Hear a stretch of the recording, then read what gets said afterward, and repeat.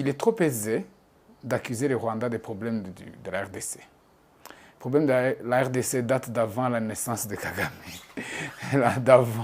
d'avant l'indépendance du Rwanda.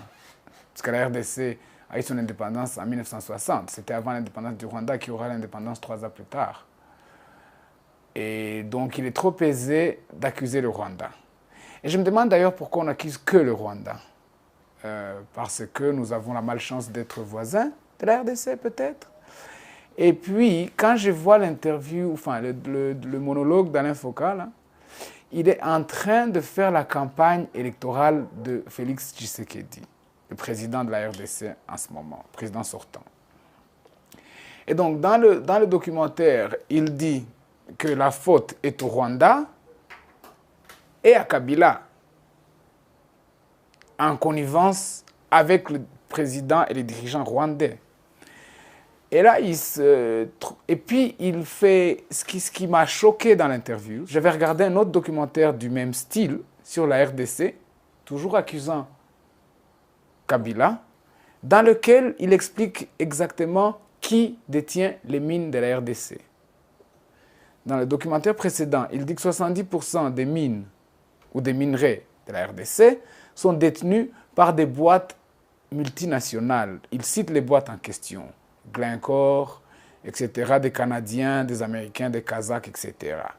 Il explique très bien comment 70% sont détenus par ces boîtes-là et 30% qui restent à la RDC sont détenus par les Chinois. Il explique.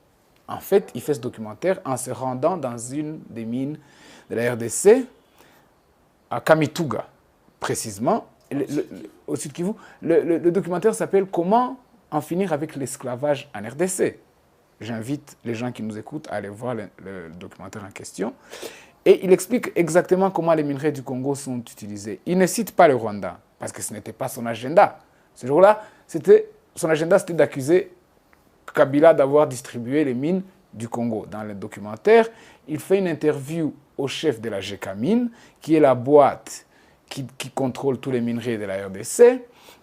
Et le directeur de la Gécamine explique ce que je viens de vous dire. Pendant donc que la plupart d'entre nous la regardons, cette RDC, seulement du point de vue de ses artistes, de sa musique, les grandes firmes internationales ont décidé depuis longtemps déjà de lui mettre le grappin dessus. Elles sont toutes présentes dans le pays. Elles se le sont partagées comme les grandes puissances l'avaient fait en 1885 à Berlin pour nos nations. Glencore, la Suisse, ENRC des Kazakhs, Smoke des Chinois, CNMC des Chinois, Ivanhoe des Canado-Américains, Metorex des Sud-Africains. Ainsi, la RDC n'appartient plus aux Congolais que virtuellement. Dans leur propre pays, ils ne sont plus propriétaires de grand-chose.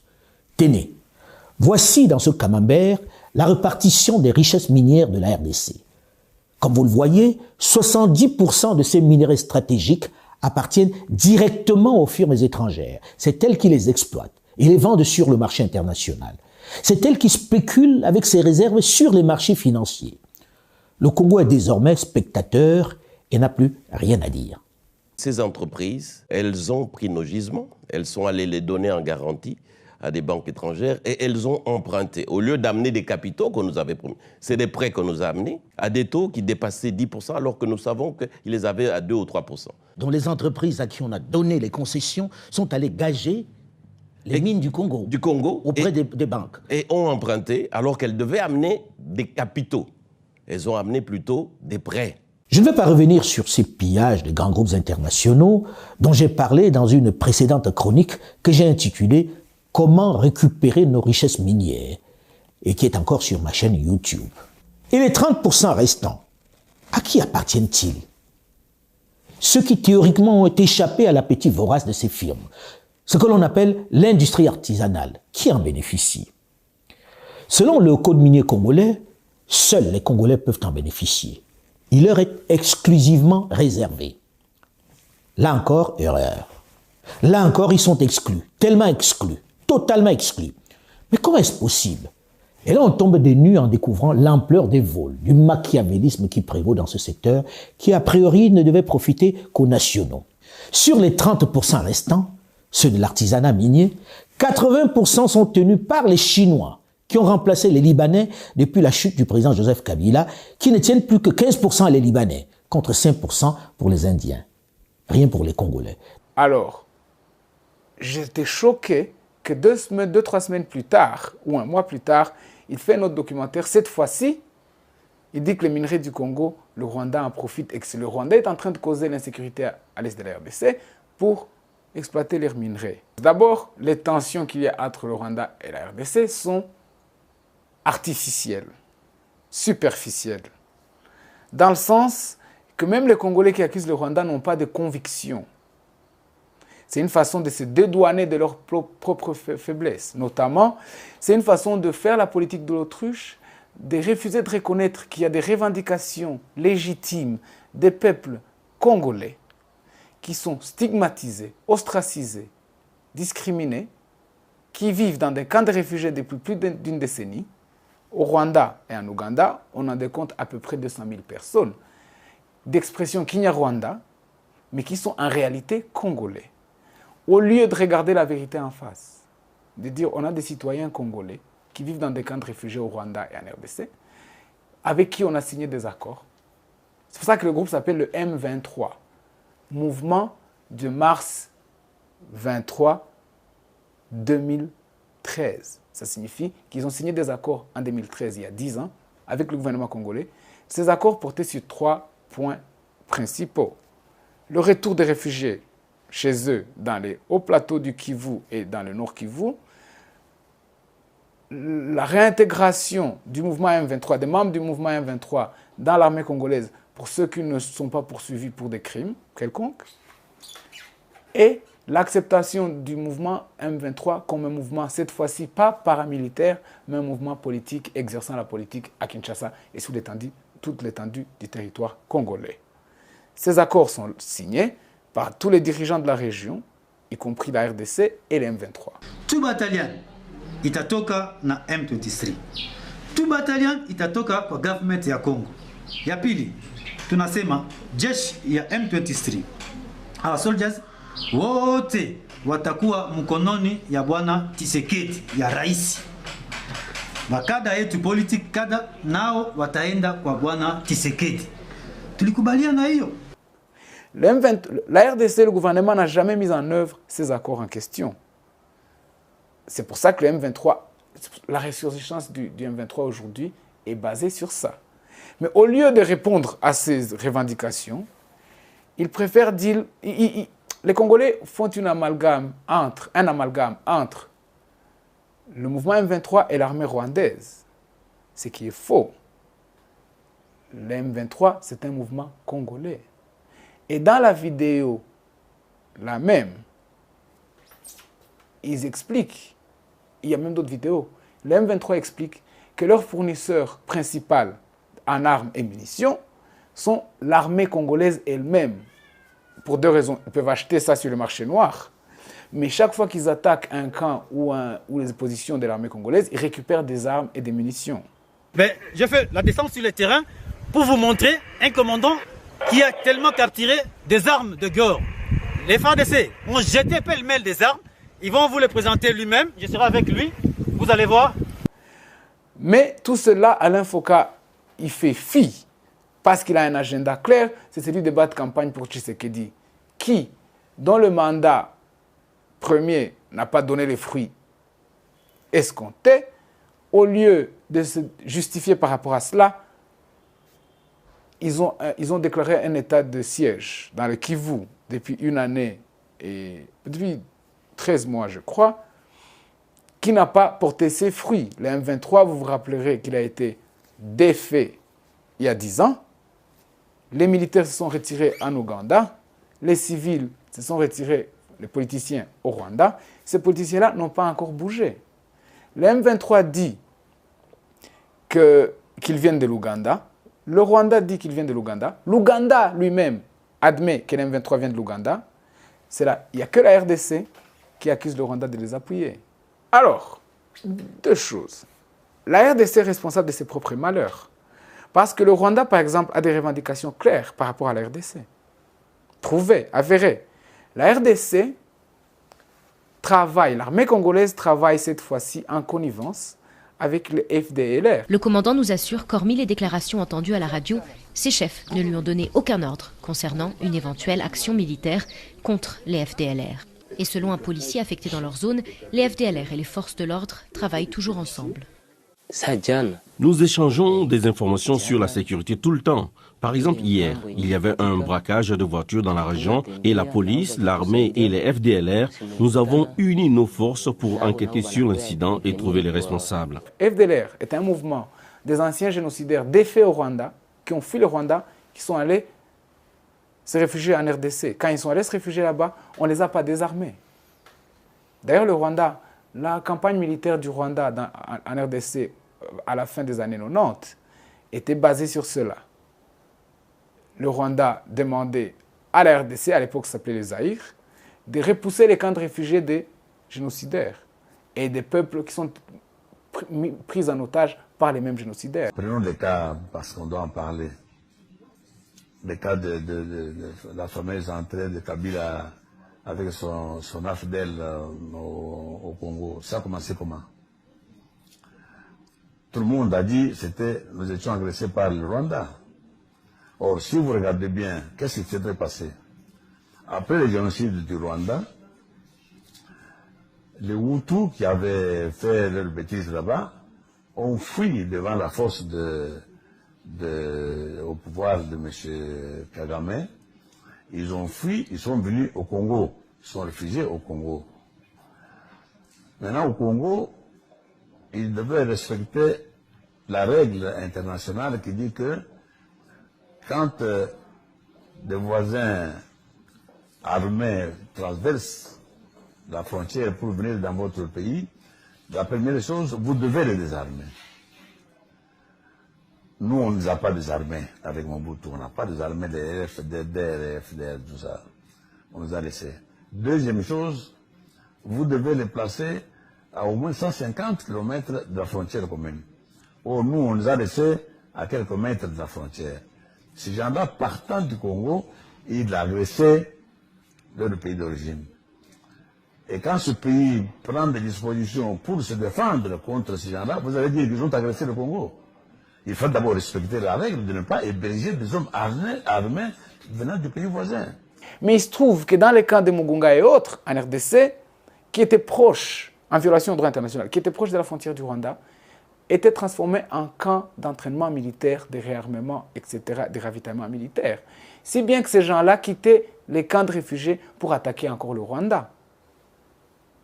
Et continuer à assassiner les rescapés du génocide qui n'avaient pas pu achever parce qu'ils ont été stoppés par le FPR et Paul Kagame. Alors, maintenant, quand le Rwanda va aller en RDC, la première chose que le Rwanda va faire, c'est de rapatrier tout le monde au Rwanda, des millions de gens. Mais les génocidaires et les militaires des faits fuiront pour se réfugier plus profondément en RDC. Comme le Rwanda avait réussi à les repousser de la frontière du Rwanda, comme ils n'avaient plus les moyens de tuer des Tutsis au Rwanda, ils se sont retournés contre les Tutsis du Congo.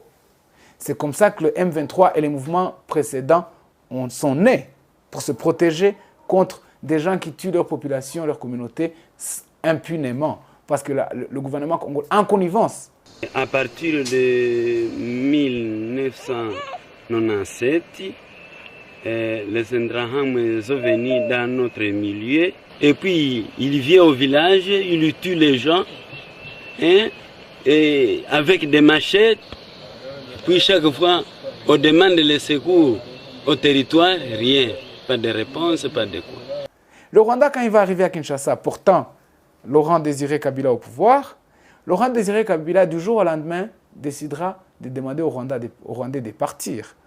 Mais les Rwandais qui sont en RDC, les Congolais aiment bien dire comment est-ce qu'un général rwandais a pu être chef d'état-major de la RDC. Je leur réponds, mais écoutez, le chef d'état-major était chef d'état-major parce qu'il était à la tête d'un contingent rwandais. Le chef du contingent français est bien français. Le chef du contingent zimbabwéen est zimbabwéen. C'est normal que le chef du contingent rwandais puisse être rwandais.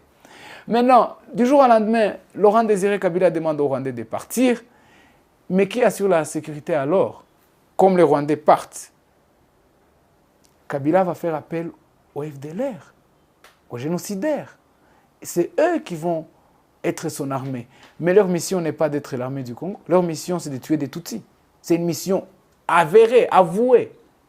Ils l'ont déjà fait, ils ont déjà tué 1 million de gens au Rwanda. Donc ils vont se retourner contre les populations Tutsis du Congo et vont commencer à les tuer. Bon, mais maintenant, les communautés rwandophones existent bel et bien en RDC. Mais quand les gens de la RDC disent « on doit vous accepter, vous devez montrer la loyauté », mais ils vont montrer ça à qui? Ce n'est pas un droit qu'ils demandent, c'est leur droit inné. Ce sont des citoyens congolais d'origine. Ils sont là depuis plus de 4 siècles. Ils ont leur droit à 100%. Que la RDC échoue à faire valider leurs droits est une chose. Mais que cela puisse être interprété comme le fait que c'est un droit qu'ils demandent, c'est une fausse analyse de la situation. La question des minerais, je veux l'aborder. Maintenant, le Rwanda a des minerais. On est l'un des pays qui a le plus grand gisement de coltan au monde. On a tellement de coltan, on ne sait pas où en mettre. Maintenant, il existe des Congolais, des associations à l'est de la RDC qui vendent des minerais au Rwanda. Ça fait 0,01% de leurs minerais. En fait, le Congo a tellement de minerais. Et ces gens-là, ils viennent au Rwanda, normalement, ils payent les impôts, ils payent les taxes. Le Rwanda a un système de traçage des minerais. C'est pour ça que le Rwanda n'est pas sous embargo des minerais. Parce qu'au Rwanda, vous pouvez voir l'origine, la trajectoire des minerais quand ils sont vendus à l'international. Maintenant, nous avons une raffinerie, standard international. Nous avons une boîte ici, internationale, qui est basée ici, dont la mission est de vérifier l'intensité, l'origine, etc. des minerais avant qu'ils puissent être vendus. Et après, quand cette boîte internationale a certifié cela, ils envoient leur certificat, ils mettent les minerais que vous avez présentés sous scellés dans un conteneur, ils envoient les certificats aux clients, les clients vous payent 80% de votre somme immédiatement. C'est la boîte internationale qui se charge d'exporter les minerais. Quand ils arrivent à destination, on vous paye les 20% restants. C'est comme ça que les minerais fonctionnent. Cette boîte n'est pas rwandaise, c'est une boîte suisse, je crois, qui est basée à Kigali et qui est basée dans des pays, etc. Maintenant, en RDC, les minerais, Alain Foka lui-même indique qui les exploite. Moi, j'ai été en RDC à 2 reprises, il n'y a pas 6 mois. Chaque personne que vous rencontrez à Pullman ou à Hôtel du Fleuve vous dit qu'il a un carré minier. Ça s'appelle carré minier. Ça se distribue comme des cacahuètes à Kinshasa. Il n'y a pas un seul Rwandais qui a des carrés miniers. Hein. Quand les gens vous rencontrez là qui vous disent qu'ils ont des carrés miniers, qu'il est cousin du président, cousin du ministre. Il y a même une vidéo où on montre où les gens disent on exploite des minerais, mais la dame pour qui on travaille ne nous paye pas. Et puis les gens disent mais pourquoi? Il dit elle a été installée par le président de l'Assemblée nationale. Je suis un avocat d'affaires, donc je suis allé à Kinshasa avec des clients étrangers, je ne vais pas citer le pays d'origine, pour essayer de trouver des carrés miniers pour les investisseurs, mais aussi une licence d'aviation. Quand je suis allé, les Congolais m'ont conseillé que pour l'aviation interne, il faut des Antonov. Ce sont des avions russes de la Première et de la Deuxième Guerre mondiale, d'ailleurs qui font des accidents tous les 2 ans et tuent des gens au Congo. Ils me disent, j'ai dit, mais pourquoi des Antonov? Pourquoi pas des Boeing? Pourquoi pas des Airbus, etc. Ils disent non, les Antonov parce qu'ils atterrissent sur une petite piste et décollent sur une petite piste. Ils n'ont pas besoin d'une piste standard pour manœuvrer. Pourquoi est-ce qu'ils me disent ça? Ils me disent, c'est le business le plus lucratif en RDC. Parce que des avions atterrissent, sont remplis de minerais et décollent. Ils viennent d'où? Ils vont où? On ne saura jamais. Ils disent, Dieu merci, on nous ouvre une raffinerie ici. Généralement, on a amené nos minerais, les vendre à Kigali. Des Congolais prennent leurs minerais, les mettent dans des camions, voyagent avec jusqu'à Kigali pour les vendre eux-mêmes, négocier eux-mêmes. Ce ne sont pas des Rwandais, ce sont des Congolais. Ils disent, Dieu merci, les minerais qu'on a amenés à Kigali, on va pouvoir les amener ici et les raffiner chez nous. Parce que si on les amène à Kigali, il y a des taxes. Tandis qu'ici, ce n'est pas exporté, c'est chez nous. Il n'y a plus une raison aujourd'hui d'amener de l'eau à l'étranger. Puisque déjà chez nous, nous pouvons les raffiner et on nous a bien rassurés à 99%. Mais Alain Foka, je vous dis, il a un agenda. Que je ne sais pas c'est quoi son agenda. Toujours est-il que force est de constater que dans son monologue, là, il fait il dit que tout le monde, tout le peuple doit s'unir devant le leader qui veut résoudre les problèmes du Congo. Le leader en question, c'est Félix Tshisekedi. Il dit que... Donc, il dédouane Félix Tshisekedi totalement. Il dit, Tshisekedi a instauré l'état d'urgence, je vous ai dit. L'état d'urgence, il y a 200 groupes rebelles en RDC. Je vous assure, moi, je vis à Kinshasa. Lorsqu'un militaire est muté pour le Grand Nord, sa famille fête. On fait la fête. Alors que c'est un militaire qui va au front. La famille devait s'inquiéter. Mais les gens fêtent parce qu'on leur dit, vous allez à l'Est, vous allez vous enrichir. Ils s'enrichissent comment? Ça, c'est une députée parlementaire congolaise qui le dit. Une commission parlementaire de la RDC vient de faire une enquête sur justement cet état de siège. De 72 millions de dollars votés par le Parlement congolais pour aller à l'est de la RDC, 68% de l'argent n'a jamais quitté Kinshasa, a été mangé à Kinshasa. 12%, ça c'est pas moi qui le dis, c'est une commission parlementaire congolaise.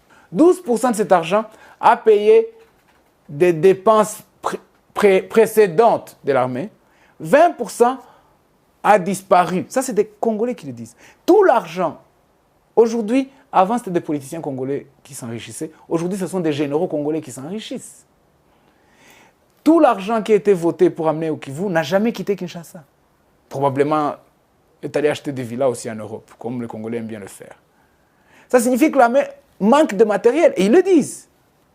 Si l'armée manque de matériel, c'est pour ça qu'on a 150, je ne sais pas combien, de mouvements rebelles à l'est de la RDC. Aucun d'eux n'a jamais été désarmé. Comment vous pouvez avoir toute l'armée, le commandement de l'armée déployé dans le Kivu, et vous n'avez jamais réussi à désarmer un seul mouvement rebelle?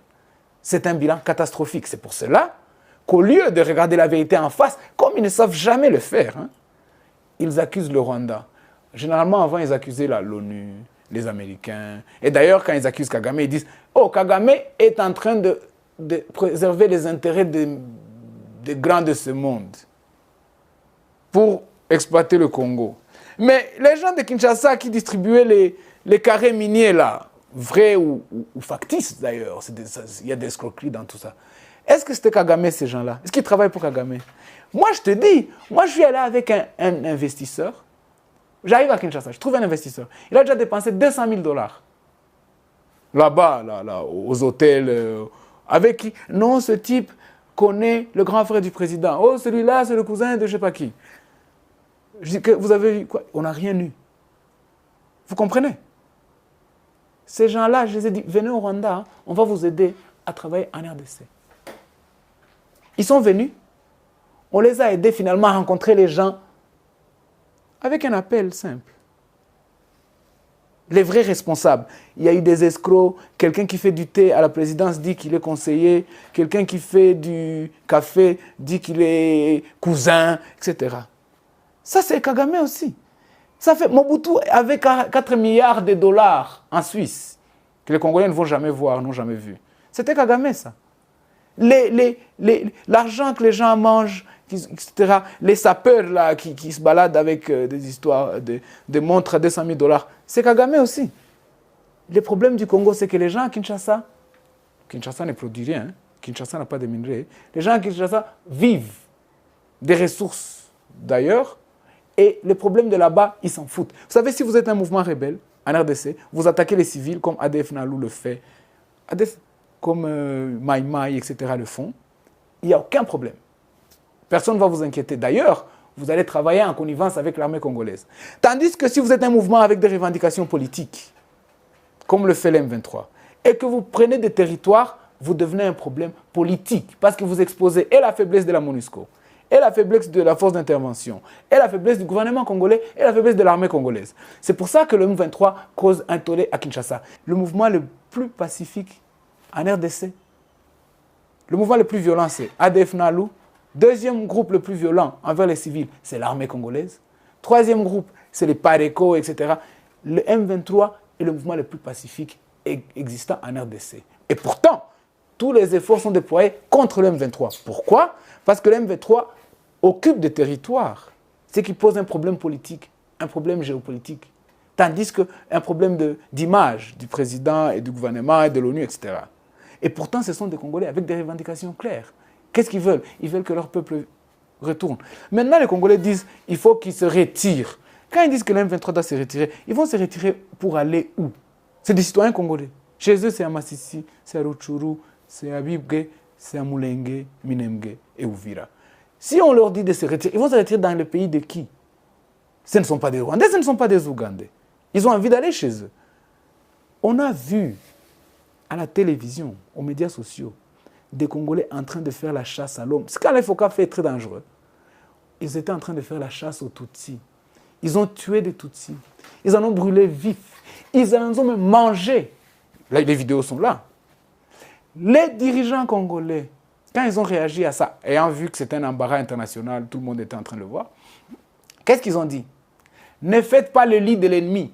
Ils n'ont pas dit arrêtez, c'est des citoyens congolais, ils ont tous les droits, ils doivent vivre. Non, ils n'ont pas dit ça. Ils ont dit, vous faites le lit de l'ennemi. Vous jouez dans le jeu de l'ennemi. L'ennemi, c'est qui? C'est les Tutsis.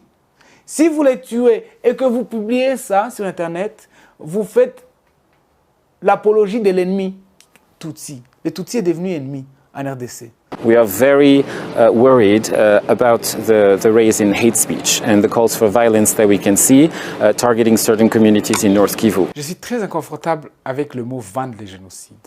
C'est très cynique. Il n'y a que des étrangers, Alain Foka et autres, qui peuvent parler comme ça. Moi, je suis un Rwandais. Mon pays a eu un génocide d'1 million de morts. Le monde était là. Il n'a rien fait. Les Congolais, à l'époque, le Zaïre, envoyaient des militaires pour venir appuyer le gouvernement qui commettait le génocide. Ils ont du sang sur leurs mains contre les Tutsis. Et d'ailleurs, ils ne le cachent pas, ils continuent. Ils les appuient encore, ils les tuent, ils les mangent. Ils sont devenus des cannibales. Le Rwanda, d'abord, je vais clarifier quelque chose. Les gens disent régime de Kagame. Kagame n'a pas de régime. Au Rwanda, nous n'avons pas de régime. Nous avons une administration. Nous avons un établissement. Ça fait 27 ans, depuis l'indépendance de ce pays, on vient de faire 25 ans de paix. Le Rwanda n'a jamais eu 27 ans de paix. Vous savez que Kayibanda a pris le pouvoir jusqu'en 73. De 63 à 73, ça fait 10 ans. Il a été remplacé par Habyarimana, qui a fait de 73 à 94. 21 ans. Kagame vient de faire 27 ans au pouvoir de paix, de stabilité, de croissance. Premier pays du monde en croissance économique. Ce n'est plus un régime. Un régime, ça signifie un truc qui change. Nous avons une administration. Et ce n'est pas nécessairement l'administration Kagame. Nous avons des institutions qui sont toujours dans les meilleurs au monde.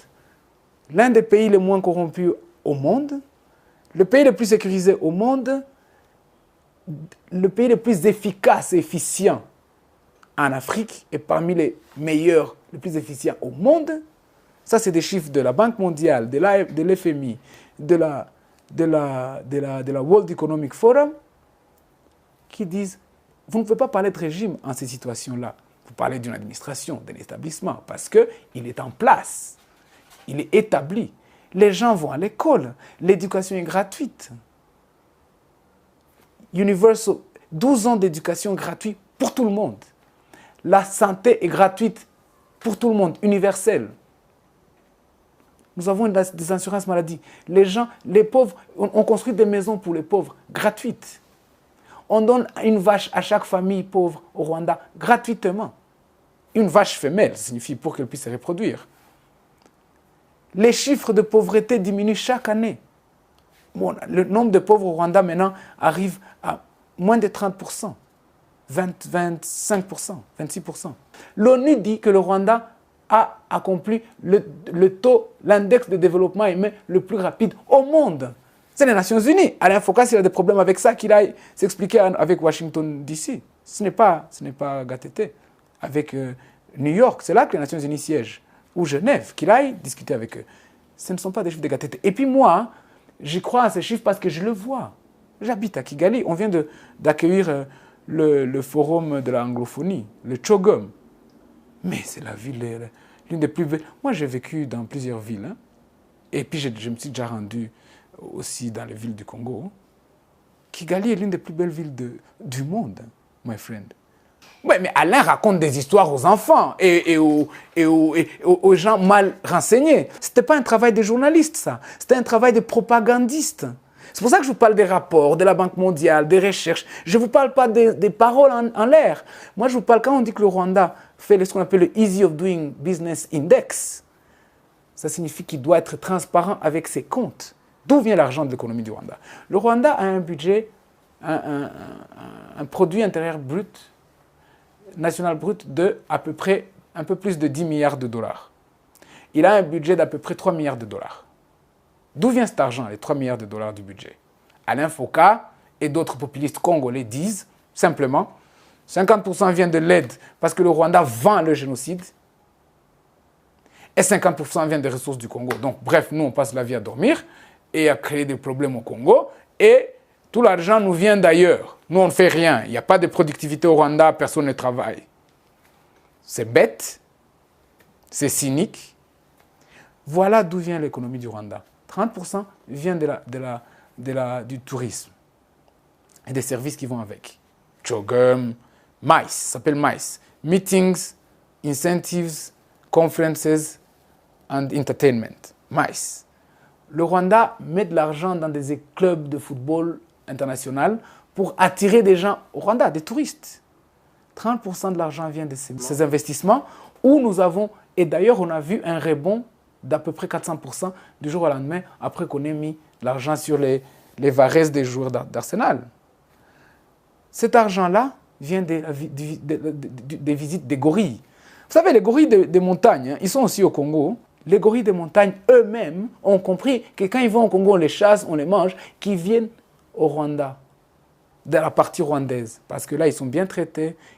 On a un centre de recherche sur les gorilles. Le Rwanda, les gorilles est une espèce protégée. Les gorilles de l'Ouganda aussi viennent, si bien que chaque année, notre agence de tourisme verse des dividendes à la RDC, chaque année, en disant, voilà les familles de gorilles qui ont migré vers le Rwanda. Comme on a amené des touristes les voir, voilà l'argent qui vient de ça. Si bien que, et ça les gens ne le savent pas, les guides touristiques du Congo, vous savez, quand vous êtes un guide des gorilles, vous vivez avec les gorilles en question. Quand ils migrent, vous allez avec. Si bien qu'aujourd'hui, notre agence de tourisme emploie des Congolais guides touristiques qui ont suivi leur famille au Rwanda. Ils sont payés les salaires au Rwanda. Si vous allez à Kinigi, vous allez voir, il n'y a pas que des Rwandais qui travaillent là-bas, il y a aussi des Congolais et des Ougandais qui ont suivi leur famille des gorilles au Rwanda. Ça, c'est 30% de notre économie. 30% de notre économie vient des services. Le Rwanda est un hub des services, des banques, des boîtes internationales, des hôtels. Nous avons des 5 étoiles. Nous avons des conférences qui se passent ici, la francophonie, le forum des ministres des francophones viennent de quitter. Juste avant, il y avait la Chogam, il y avait 400 000, il y avait 4 000 délégués à Kigali, venus du monde entier. Chogam, nous avons des réunions qui arrivent ici. La FIFA va faire son assemblée générale incessamment à Kigali. 30% vient des services, banques, hôtels et services. Maintenant, 30%, enfin, viennent de l'agriculture et 10% restant, l'agriculture et l'industrie. 30%. Et 10% restant, c'est ça qui vient des minerais. Des minerais rwandais. Ça signifie, regarde, 3 milliards, 10% c'est 300 millions vient des minerais. Vous comprenez? Mais cela est transparent. Demandez aux Congolais d'où vient le budget. D'abord, ils ne savent pas c'est combien le budget. L'argent débloqué pour l'armée qui a été mangé, ça a été mangé par le Rwanda aussi. Mais il faut arrêter les blagues. Soyons sérieux, comme dit Alain Foka. Soyons un peu sérieux. D'abord, comme la plupart des populistes congolais, populistes de tous bords, ils citent un rapport qu'ils n'ont pas lu. Parce que s'ils l'avaient lu, ils n'auraient pas dit ce qu'il a dit. Mapping Report est un soundbite. Comment on dit soundbite? C'est une caisse à résonance vide. D'abord, 2 choses. 1. Le rapport en question, Mapping Report, l'ONU engage des chercheurs, pas de nouveaux chercheurs qui viennent de l'Europe et tout ça, des chercheurs qui vivent au Congo, des gens qui connaissent le terrain du Congo. Parmi ces chercheurs, il y a un qui s'appelle Steve Higgs. Les chercheurs vont faire leur étude Et puis, voilà comment les choses se passent. Moi, j'ai été chercheur pendant longtemps. J'ai déjà publié des papiers dans des journaux académiques. Quand vous voulez faire une recherche scientifique, il doit être soumis à une équipe de revue des pairs, peer-reviewed research. C'est comme ça. Et puis, c'est pour ça, pour qu'on publie un papier dans un journal scientifique, il faut qu'il puisse être peer-reviewed. Sinon, j'écrirais des conneries, comme ce qu'Alain Foka a dit, et puis je dirais, voilà le rapport. Non. Donc, quand l'ONU vous donne un travail comme chercheur, comme expert, vous faites vos recherches, ensuite vous soumettez votre document à ce qu'on appelle une commission de sanctions ad hoc, qui est mise en place par la Commission des droits humains des Nations Unies, qui est basée à Genève, en Suisse. Maintenant, cette commission de sanctions est une commission de pairs, justement, qui vont faire la review de votre rapport et qui vont dire le rapport remplit les standards scientifiques, méthodologiques, etc. Cela n'a pas été fait quant au mapping report, fameux mapping report dont on nous parle tout le temps. Les chercheurs en question font un rapport de 400 pages que moi j'ai lu. Avant de le donner à la commission d'enquête, la commission des sanctions des Nations Unies, ils donnent ça à Human Rights Watch et aux journalistes. Les journalistes le publient comme un rapport. Maintenant, ils soumettent en même temps ça à la commission des sanctions. La commission des sanctions dit ça c'est nul. La méthodologie n'a pas été respectée. Les affirmations que vous avez faites n'ont pas été scientifiquement vérifiées. Vous n'avez amené aucune preuve de toutes ces conclusions que vous avez prises. Retournez sur terrain et donnez-nous un rapport. Ne dites seulement que ce que vous pouvez prouver. Vous avez interviewé des génocidaires rwandais. Parce que le rapport dit que le Rwanda a tué au Congo, mais pas des Congolais. C'est pour ça qu'ils l'ont jamais lu, les pauvres.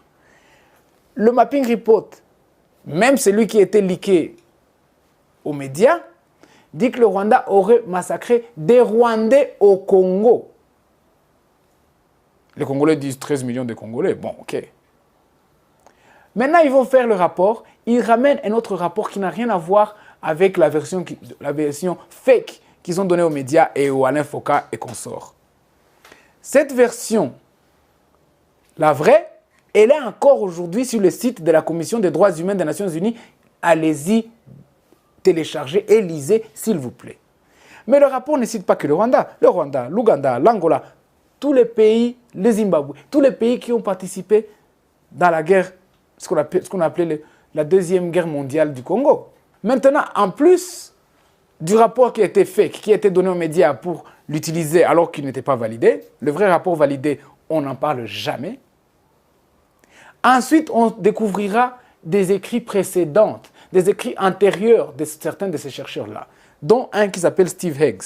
Il a fait un blog une année avant d'être engagé dans la commission d'enquête des Nations Unies. Il a fait un blog en sanitisant le FDLR. Il dit que le FDLR est un mouvement pacifique, qui lutte pour la libération d'un peuple et qui doit être appuyé. Il dit que la seule façon pour que les FDLR puissent être validés et acceptés au Rwanda serait qu'on mette une pression internationale et un embargo contre le Rwanda pour l'obliger à négocier avec le FDLR. J'ai le papier, je vais vous le donner. Quand le rapport est sorti, quand on a sorti le truc, Steve Higgs a essayé d'effacer son papier de l'Internet. Mais l'Internet n'oublie jamais. On avait déjà téléchargé ça, on avait ça. On a même montré ça à Ban Ki-moon quand elle est venue au Rwanda. Parce que le rapport sort, la commissaire des droits humains vient au Rwanda nous donner le rapport en nous disant, parce que le rapport est commandé de poursuites internationales. Elle vient, elle nous donne le rapport, on lit le rapport, on montre, le Rwanda a fait une réponse extensive qui est aussi disponible.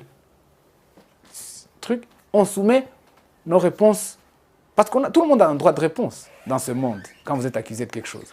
On soumet ça à Ban Ki-moon. Ban Ki-moon se présente au Rwanda, avec son équipe, des chercheurs, et on lui dit, mais monsieur Ban Ki-moon, voici, les personnes interviewées sont des génocidaires, les chercheurs qui ont fait le rapport ont écrit ça avant, et ça, et ça, et ça, et ça. Voici les erreurs méthodologiques, ce qui a été affirmé ici. Exactement, pratiquement les mêmes commentaires que la commission des sanctions des Nations Unies avait faites. Vous comprenez? ces rapports-là, on n'en parlera pas. La réponse du Rwanda, on n'en parlait jamais. On parle d'un papier report qu'on n'a pas encore lu. Maintenant, je vais vous montrer un livre. Ce livre s'appelle « La traversée ». C'est un livre écrit par Patrick de Saint-Exupéry. Patrick est un journaliste renommé en France, journaliste de guerre, beaucoup plus respectueux des faits et de l'histoire qu'Alain Foucault, qui est devenu un populiste propagandiste. Patrick de Saint-Exupéry, dans ce livre, il suit la trajectoire, c'est pour ça que ça s'appelle la traversée, sur la trajectoire de l'armée rwandaise dans leur campagne en RDC. Donc il quitte Kigali. Il va à Kibeho, parce qu'à Kibeho, il y a eu des morts dans des camps de réfugiés. C'est une histoire que je vais vous raconter après, dès que j'ai fini ça. Et ensuite, il se rend au Kivu. Il va à Walikale. Il va à Goma d'abord, ensuite à Walikale, ensuite à Lubutu, ensuite à Ubundu, ensuite à Kisangani. Il passe par Tingi-Tingi, etc., jusqu'à Kinshasa. Presque 2000 km. Prends son temps. Qu'est-ce qu'il poursuit? Il a vu les accusations des Congolais en disant que le Rwanda a commis des massacres en RDC.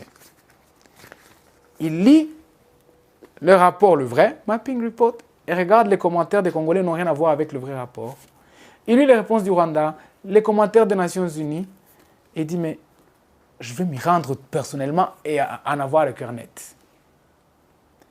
Il écrit dans ce livre qu'il n'a pas trouvé des massacres, que ces massacres ont été inventés. Ce n'est pas un Rwandais, hein? Patrick de Saint-Exupéry. C'est un Français et pas n'importe qui. C'est un journaliste de très grande renommée en France. Il dit qu'il n'y a pas eu de massacre. Vous comprenez? Au Congo, il y a 3 sortes de mouvements rebelles. Premier mouvement rebelle, des citoyens congolais qui ont des mouvements rebelles, qui ne se battent pas, qui n'ont pas de revendications politiques, qui sont en fait des milices de contrebande. Ils tuent les civils, volent leur bétail, notamment les Banyamulenge, les pauvres, qui vivent maintenant dans des camps de personnes déplacées, parce qu'on a volé tous leurs vaches. Ils font des raquettes des civils et ils creusent des minerais sur le compte des politiciens congolais et des chefs de guerre congolais. On en décompte une centaine, plus d'une centaine. Ils nous volent sur le prix et en plus, si tu veux discuter, les soldats te tapent. Il n'y a rien à faire. Donc le problème est que nous souffrons beaucoup avec les gens de FDLR et même battre les gens. Donc ils nous tuent et ils nous pillent donc systématiquement. Ensuite, on a un mouvement rwandais qui s'appelle FDLR, qui occupe une grosse partie de l'Est, qui font de la contrebande, qui creusent le minerai, qui font le commerce du charbon de bois. Ils coupent les arbres et vendent du charbon de bois, qui font payer des taxes à tous les camions qui passent. On a maintenant un mouvement qui s'appelle M23, qui sont basés à Tchanjo et Runyoni. Il n'y a pas de minerai là-bas. Hein. Là où ils sont. Il n'y a aucun minerai. Hein. C'est des forêts. Hein. Qui est un mouvement congolais, avec des revendications congolaises, mais qui est traité comme un mouvement étranger. Le Congo a réussi à accepter et à introduire dans son armée les génocidaires rwandais et à en faire un mouvement acceptable qui travaille avec eux et avec l'ONU, la MONUSCO. Et ils ont réussi à convaincre l'opinion congolaise que les M23 sont des ennemis étrangers. Mais ça, c'est l'idéologie génocidaire. Hein. Quand on dit qu'ils doivent se retirer, quand on dit qu'ils sont de l'ennemi, mais ce sont des Congolais. L'ennemi, c'est les M23, les FDLR. Les FDLR nous ont fait beaucoup de mal. Une nuit, ils sont venus ici, ils m'ont déshabillée alors que j'étais enceinte de 6 mois. Ils m'ont frappé, moi et mes enfants. Ils ont pillé tout le hameau. À cause du choc, j'ai perdu l'enfant que je portais. Ouvrez les yeux, chers Congolais. Sachez qui est votre ennemi. Ouvrez les yeux, Rwandais. Sachez qui est votre ennemi. Ce n'est pas un slogan nouveau. C'est pas un slogan nouveau. Ce que vous faites en balançant vos images là sur Internet, vous êtes en train de faire le lit de l'ennemi. Vous êtes en train de jouer pour l'ennemi. Les Congolais Tutsis, c'est ça l'ennemi. Alain Foucault est en train d'appeler les Congolais à ouvrir les yeux pour savoir, pour se débarrasser, pour vaincre l'ennemi. L'ennemi, c'est qui? C'est le Tutsi congolais. Mukwege, prix Nobel de la paix, dit ce que vous faites, vous êtes en train de jouer à l'avantage de l'ennemi. L'ennemi, c'est qui? C'est le M23, l'ennemi, c'est Kagame, l'ennemi, c'est le Rwanda. Et pourtant, le M23 et Kagame n'ont rien à voir l'un et l'autre. Le M23 est un groupe congolais, Kagame est un président du Rwanda et des Rwandais. Alain Foucault appelle les Congolais à ouvrir les yeux pour vaincre l'ennemi. L'ennemi, c'est les Tutsis. C'est un appel à la haine. Maintenant, si les Congolais étaient honnêtes, disent, oh, nous sommes pacifiques, etc. Combien de gens vous avez vu, vous qui êtes journaliste, qui suivez l'actualité, combien de gens vous avez vu juger pour avoir discriminé, tué, mangé les Tutsis au Congo? Vous en connaissez? Les Congolais passent leur journée à dire que les Tutsis congolais ne sont pas congolais. C'est une violation de leur constitution. Si au Rwanda, j'ai dit que vous, Edith Sabiti, vous n'êtes pas rwandais, je vais aller en prison pour ça. C'est de la discrimination. Les Congolais disent arrêtez la xénophobie. Et quand ils parlent de M23, ils disent arrêtez la xénophobie. Les citoyens congolais, vous dites xénophobie, ne tuez pas les gens pour faire le lit de l'ennemi. Ouvrez les yeux contre l'ennemi. L'ennemi, c'est le Tutsi. Le Congo, tout comme les autres pays d'ailleurs. Les gens de Ngombo au Rwanda, ils parlent Machi. Ils ne parlent pas Kinyarwanda, c'est des Rwandais. Mais ils sont des Ngombo. Il se trouve que Ngombo est à cheval entre le Congo et le Rwanda. Les gens ne sont pas fâchés contre les Rwandais, ils sont fâchés contre eux-mêmes. Le Rwanda a porté un miroir devant leurs yeux en disant « Congolais, voici qui vous êtes ». C'est la seule chose que les Congolais ne nous pardonneront jamais. On les a obligés à se regarder eux-mêmes. Mais d'autre part, vous savez, il y a quand même un travail d'idéologie génocidaire qui se fait au Congo. Il y a des génocidaires qui sont au Congo, qui travaillent, qui retournent les Congolais contre nous. Les Rwandais n'ont jamais rien fait au Congo. Ils ont mis un miroir devant les Congolais en disant « Voilà, vous n'avez ni d'armée, ni d'administration, vous hébergez des génocidaires, vous êtes corrompus, vous avez une gouvernance chaotique, catastrophique. Le peu de ressources que nous, on a, voilà comment on les utilise. » En fait, les Congolais ne sont pas fâchés contre nous, ils sont fâchés contre eux-mêmes. Et contre eux-mêmes, pas quand ils disent les Tutsis, c'est le Léviathan de Thomas Hobbes. Hein. Quand la vérité est terrifiante, vous préférez des chimères cathartiques. Ça signifie vous inventez une autre réalité parallèle à la réalité. Au lieu de faire face à votre réalité, de l'affronter en face, vous inventez une réalité parallèle. Vous devenez schizophrène. Vous inventez une réalité parallèle et vous vivez dans celle-là. Mais ça ne résout pas les problèmes que vous avez. Dans une base militaire, non loin de là, les soldats passent le temps. L'alcool coule à flot. Vous savez, et c'est là que je vais conclure, pourquoi est-ce qu'on ne discrimine pas les gens au Rwanda? Pourquoi on veut des réfugiés qui viennent de l'Angleterre? Pourquoi on a des réfugiés qui sont venus de la Libye? Pourquoi on a des réfugiés qui sont venus de partout, y compris des Congolais? Pourquoi on ouvre les frontières? On considère le Rwanda comme un chantier inachevé, comme une belle toile, mais inachevé. Chacun peut venir mettre sa brosse, son coup de brosse. Chacun peut peindre cette mosaïque. Chacun va apporter sa pierre à l'édifice. Fleeing fighting in Yemen, she tried to make 5 different countries home before coming to Kigali. It's more safe. I can walk alone. I can wear what I want. I told you, the people here are so welcoming. We didn't feel that we are strangers here. The refugees will be given training when they arrive, education, new skills. On veut des Rwandais, des Chinois, des Anglais, des Malawites, des Congolais. Mais l'éducation au Rwanda pendant longtemps a été tenue par des Congolais. Ils sont talentueux dans ce domaine-là. Les Congolais sont des peuples très talentueux. Il leur manque une seule chose, l'administration de leurs talents. Et les Congolais ne respectent pas leurs talents humains parce qu'ils sont obsédés par ce qui se trouve. C'est des grands professeurs, des grands penseurs, des grands écrivains, des grands chimistes, scientifiques, mathématiciens. Mais on s'en fout de ça. Parce que tout le monde est obsédé, ça s'appelle des Dutch disease. Ils sont tous obsédés par ce qu'ils trouvent dans le sous-sol. Mais comme on conçoit la nation comme un édifice inachevé et dont on a besoin de beaucoup de monde pour venir l'achever, vous avez une goutte de sang rwandais, vous êtes rwandais. Et rwandais qui veut. Tandis que les Congolais conçoivent leur pays comme un gros bougali, une grosse pâte, où tout le monde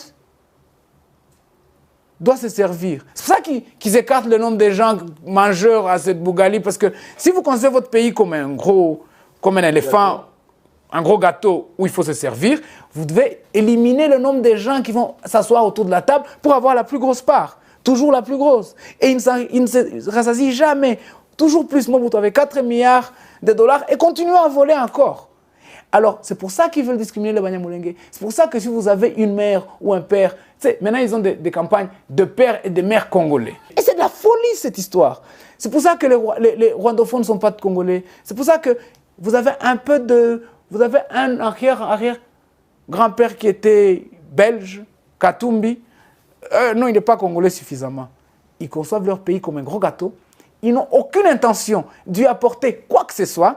Ils ont seulement l'intention de se servir dessus. C'est pour ça qu'ils écartent les autres.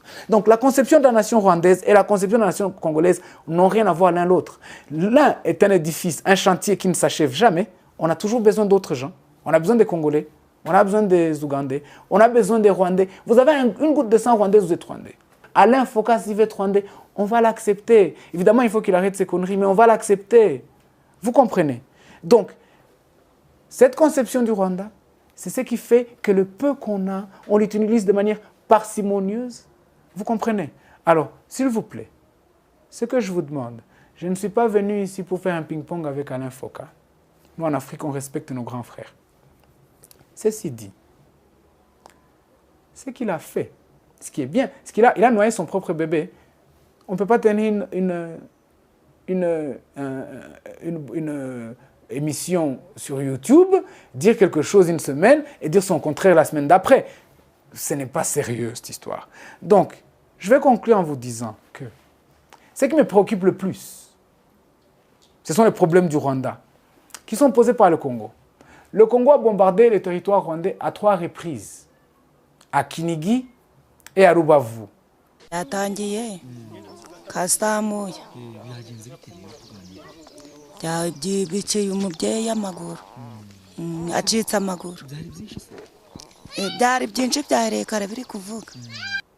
savez, le Rwanda est dense, étant ce qu'il est, étant dense. À Kinigi, c'est là où nous avons nos gorilles de montagne, c'est là où nous avons nos lodges à 5 étoiles. On ne peut pas permettre, comme disent les Chinois, on ne peut pas permettre les autres de ronfler à côté de nos lits. Ils ont bombardé Rubavu. C'est une population assez dense.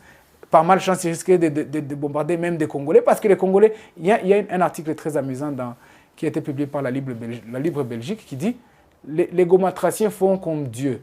Ils passent la journée au Congo et viennent dormir à Gisenyi, au Rwanda. » C'est vrai, parce qu'il y a plus de sécurité à Gisenyi. Mais maintenant, si les Congolais bombardent, mais ils risquent de tuer des Congolais à Gisenyi. Ils nous ont bombardés 3 reprises. On n'a pas riposté. C'est vérifié par le mécanisme de vérification conjointe des Nations Unies qui est basé à Goma. On est en train de tuer des Tutsis partout en RDC. L'armée congolaise est en train d'être en connivence avec les FDLR qui ont une mission jurée claire d'exterminer les Tutsis au Rwanda. Ce sont des problèmes qui nous empêchent de dormir.